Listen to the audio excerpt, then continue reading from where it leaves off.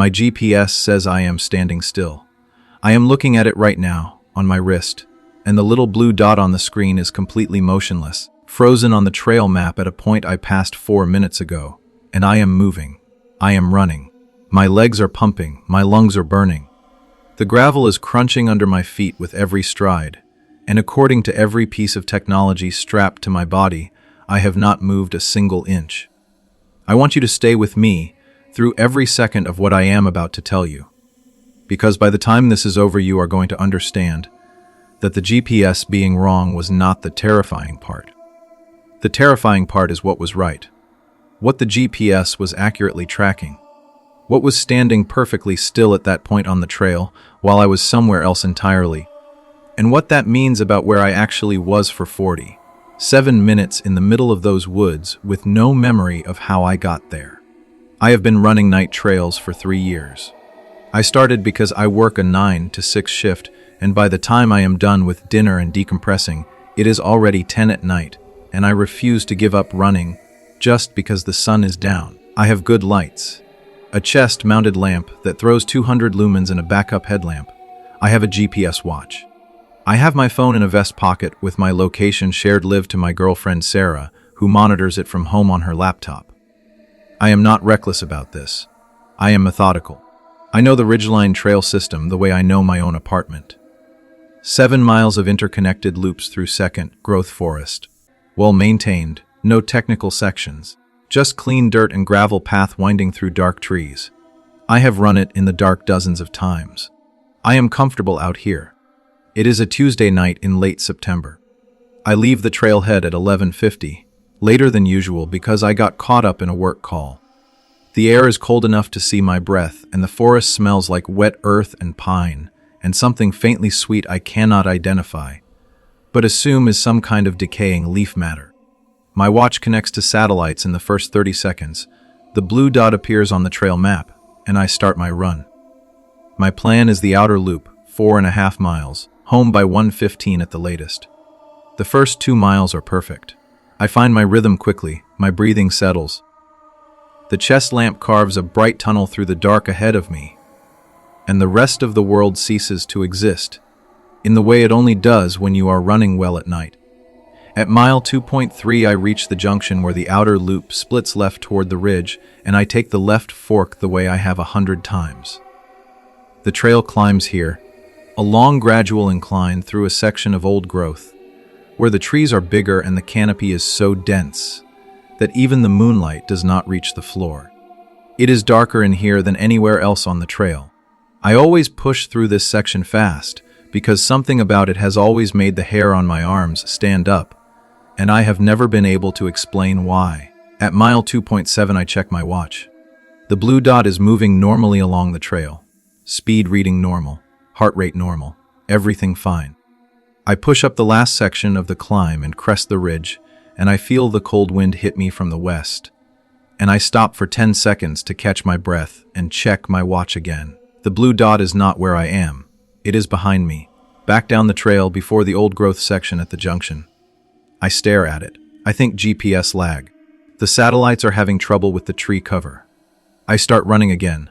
I watch the dot. It does not move.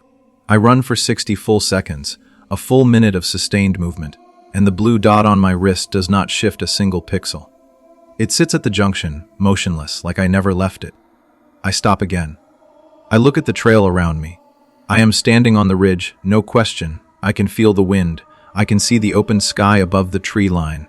I can see the trail stretching ahead of me in the lamplight. I am here.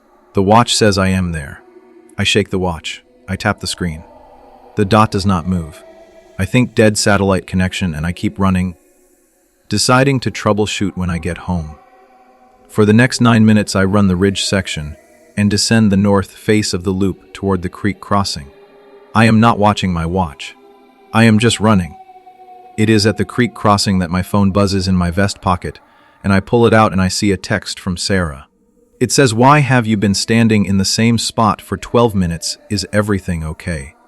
And I stop and I look at my phone, and I feel the first real finger of cold touch the back of my neck that has nothing to do with the night air, because Sarah is watching my live location on her laptop. and my live location has not moved in 12 minutes. And I have been running the entire time. I call her. She picks up on the first ring, and I can already hear in her voice that she is not calm. She says your dot has been sitting at the trail junction for 12 minutes. You haven't moved at all. I was about to call search and rescue. I tell her I am at the creek crossing, 2 miles past the junction. I have been running continuously. Something is wrong with the GPS. She is quiet for a moment and then she says the dot just moved. I ask where. She says it is moving toward the ridge, slowly, like walking pace. I tell her I am standing still, at the creek, not moving. She says the dot is moving, and it is not moving toward where I am. It is moving in a different direction entirely. Up the South Fork, which I never took, which I have not been on tonight. Something is at the junction. Something that my watch and my phone's GPS and Sarah's laptop all agree is me. Something that weighs enough, or exists enough, or registers enough to appear as my location marker on 3 separate devices. Something that has been standing at that junction since I passed through it, and is now walking slowly up the South Fork of the trail. And whatever it is not me. I do not run back. I want to be clear about that. Every instinct I have says do not go back toward the junction. Do not go toward whatever is pinging as your location. Do not find out what it is. I leave the trail. I go straight through the forest, off path, through brush and over roots, moving as fast as I can through the dark toward the road that runs along the eastern boundary of the park. I hit the road in 11 minutes. I run the road back to the trailhead parking lot. I get in my car and I lock the doors. Sarah tells me the dot continued up the South Fork for 22 minutes after I got in the car. Then it stopped. Then it moved back to the junction. Then it stopped there and did not move again. She watched it for 2 hours. It did not move from the junction after that. She took screenshots of the entire road it traveled. I have them. I have looked at them hundreds of times. Whatever walked up the South Fork that night covered exactly 2.1 miles up and 2.1 miles back and returned to the junction where I had been at 11 minutes past midnight and stood there until Sarah stopped watching at 3 in the morning. I have not run that trail at night since. I have not run it in the daytime alone. What I think about, what I cannot stop thinking about, is those 47 minutes where that thing was registering as me. Where 3 devices agreed it was me. What was it doing during those 47 minutes that my technology attributed to my body? And more than that, when I was running through that dark section of old growth, where the trees block the moon, and something has always made my hair stand up, and I could never explain why. Was I alone in that section? Or was something already there, already beside me, already close enough to my body that whatever registers a human presence in a GPS system was picking us up as one? Was I running alone through those dark trees, or was something running with me, so close it was invisible in the dark, close enough to touch? And when I passed through the junction it simply stayed, and I ran on without knowing I had left something behind. Or without knowing that something had left me. Story number 2. Every piece of furniture in my apartment is facing the wall. My couch, my television stand, my dining chairs, my desk.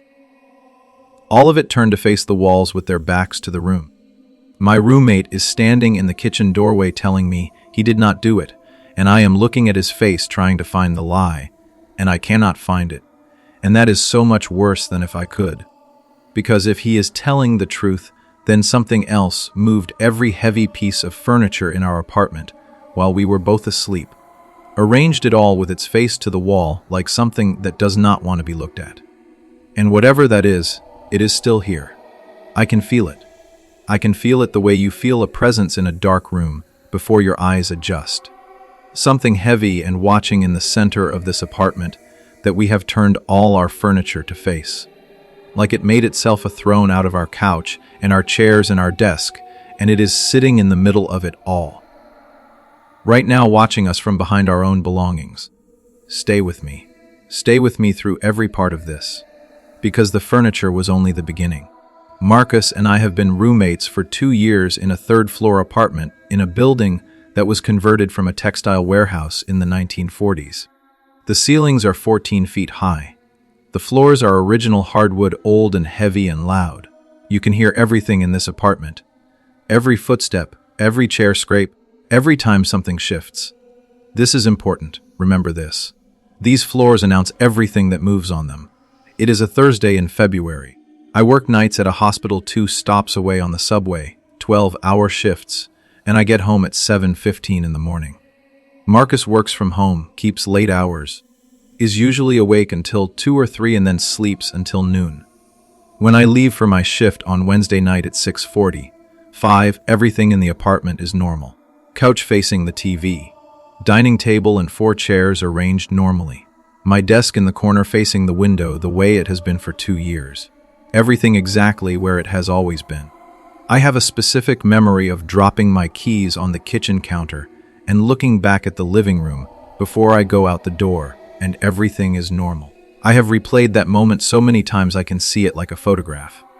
I get home at 7:18 Thursday morning. I unlock the door.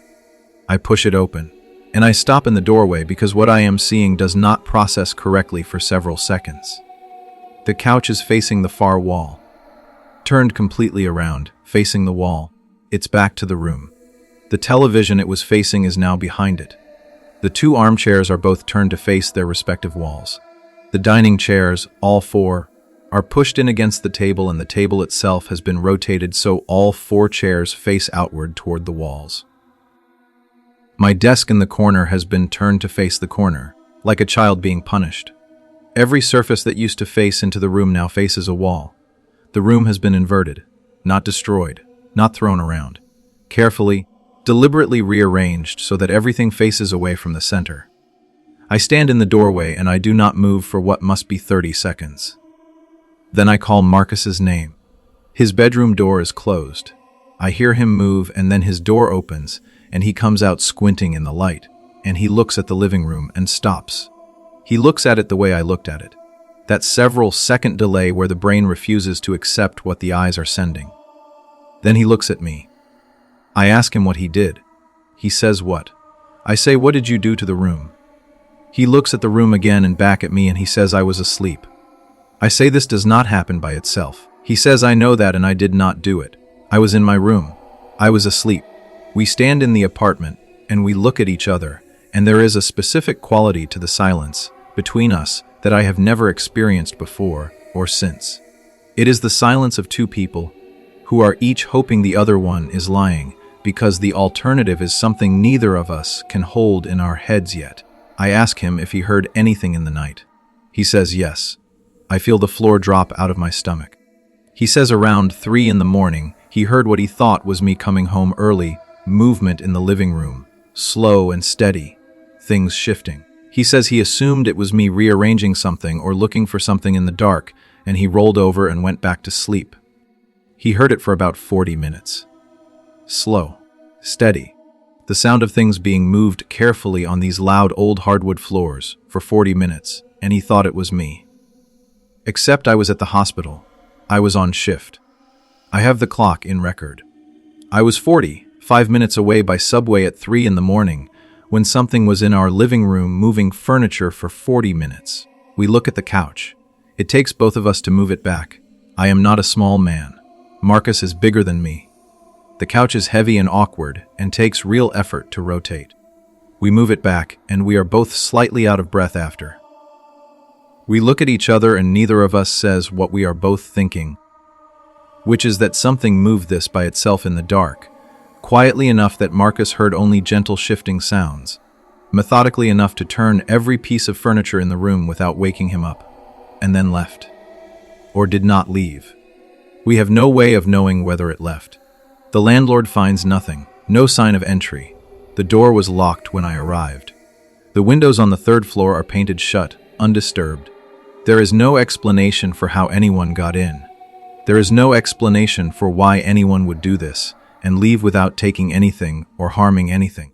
There is no explanation that uses the word anyone that holds together under examination. On the 11th day after this happens, I wake up at 4 in the morning to the sound of something moving in the living room. One slow, deliberate sound, something heavy shifting on old hardwood, and then silence. I lie in my bed and I stare at my ceiling, and I do not move for 2 hours. In the morning I go to the living room, Everything is in its place, except my desk chair. It has been turned to face the corner. Just the chair. Just that one piece. Turned to face the corner with the precision of something that is telling me it is still here. That it is patient. That it is not done. That whatever it is doing with the furniture in this apartment, whatever communication it is trying to make by turning everything to face the walls, it has only just started, and we are still living in it. And some nights when I cannot sleep, and the apartment is very quiet, I lie there, and I listen to the silence, and I wait to hear what it will move next. Story number 3. The cashier is leaning across the counter toward me right now, and she is whispering, and what she is whispering is, "He has been waiting for you, and I need you to understand that I have never been to this gas station before in my life, that the man who followed me in here from the parking lot is standing 12 feet behind me at the magazine rack and has not picked up a single magazine, and that the cashier's eyes are not frightened. They are certain. She is not warning me about something unexpected. She is telling me something she already knew. He has been waiting for you. Not he followed you in.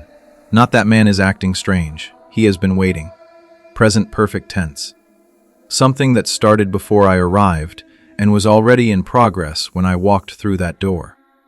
I am going to tell you every detail of this night, and I promise you that by the end you are going to understand that the man at the magazine rack was the least terrifying thing in that gas station. It is a Wednesday night, 1:17 in the morning, and I am driving home from my buddy Caleb's place 2 towns over after a late poker night.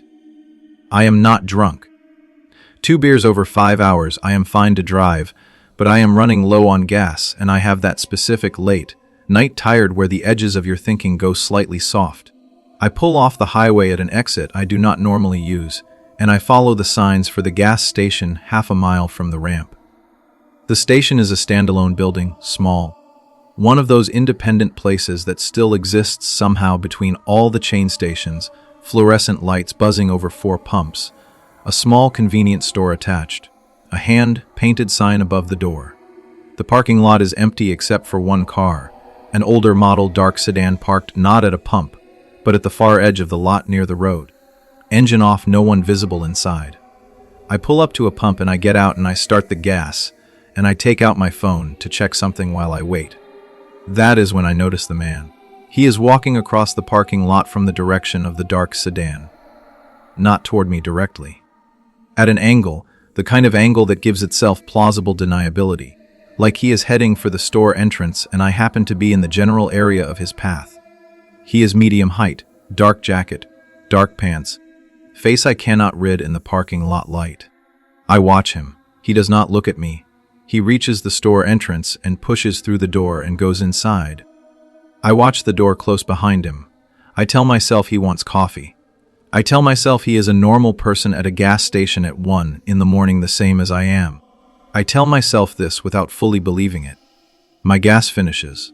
I pull out the nozzle and replace it and I decide to go in and get a water bottle and use the bathroom. I push through the door. The store is small, 4 narrow aisles. Walk-in cooler along the back wall. The cashier's counter directly ahead. The cashier is a woman, mid-50s, gray hair pulled back, reading glasses on a chain around her neck. She looks up when I enter, and something happens in her face. A very fast thing. A recognition that tightens around her eyes and releases before I can name it, like she sees something she expected to see. I look for the man. He is in the last aisle by the magazine rack, standing with his back to me, facing the rack, not touching anything. Not flipping through a magazine, just standing there facing the rack at 1:20 in the morning. The back of his neck is visible and it is completely still. He is not reading. He is not browsing. He is waiting with the patience of something that knows how long it has to wait. I go to the cooler and get a water bottle, and I bring it to the counter. The cashier rings it without saying anything. And then, when I am putting my card back in my wallet, and she has no practical reason to be leaning toward me, she leans toward me. She puts both forearms on the counter, and she brings her face close, and she drops her voice to just above nothing, and she says, "He has been waiting for you." I look at her. I look at her face very carefully. She is not afraid. She is not playing a game. She is conveying information with the directness of someone who has been given a task and is completing it. She holds my eyes for 3 seconds, and then she straightens up and looks at her register screen. I turn around slowly. The man at the magazine rack has turned around. He is facing me now. He is looking directly at me, and there is no pretense of browsing or coincidence anymore. He is simply looking at me the way you look at something that belongs to you. His face is still unreadable. Still. Like a face that has been practicing stillness for a long time. I look back at the cashier. I ask her very quietly what she means.